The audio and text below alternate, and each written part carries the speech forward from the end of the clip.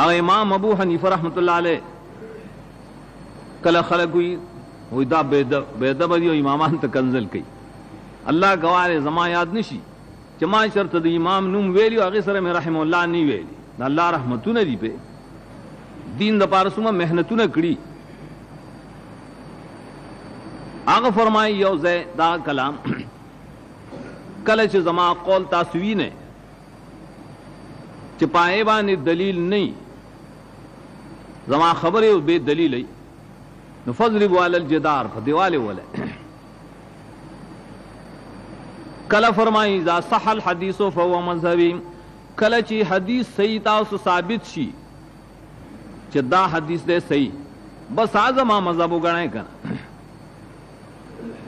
شامی کے وردا قول شامی امام ابو حنیفہ رحمۃ اللہ علیہ مذہب ستوي حدیث سے مذہب ہوئے گا نن خلق ہوئی دا بے مذہب اڈل کل اشتہارون شائع کی کہ بے مذہب اڈل مسلمان نشی کے اعلی صف تاج وجیبہ مخلوق جیبہ مولیان دمر علم تاسون لڑوایا امام ابو حنیفہ رحمۃ اللہ علیہ وی فهو مذہبی څه مطلب شدا ہے حدیث ثابت شو صحیح بس دا زما مذہب دے ما طرف تبوز ہے زما قول دائے په خلاف کې ممن ہے نور تفصیل التا بیا لیکلے شامی زګ ابن حجر وی فتح الباری کے کرای ډیر قوی خپل طرف ته سنتی نو دې رائے ته اعتبار نه ور کوي ائمه پخپل وی مور کا ہے ہاں دا خلق بیا سوال پیدا کیا دا ډیر اکثری خواص حکمی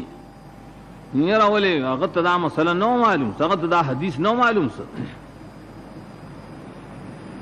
ابن حجر وی ولا یقال کیف خفی ذا علی فلان دا موه چې دا خبره دا مسله حدیث په پلان کې څنګه پټ پاره شو هغه الله پویږي پټ پاره شو نو رسیدلې ولې نو رسیدلې سی چل شو مون پای باس باندې مکلف نه یوګا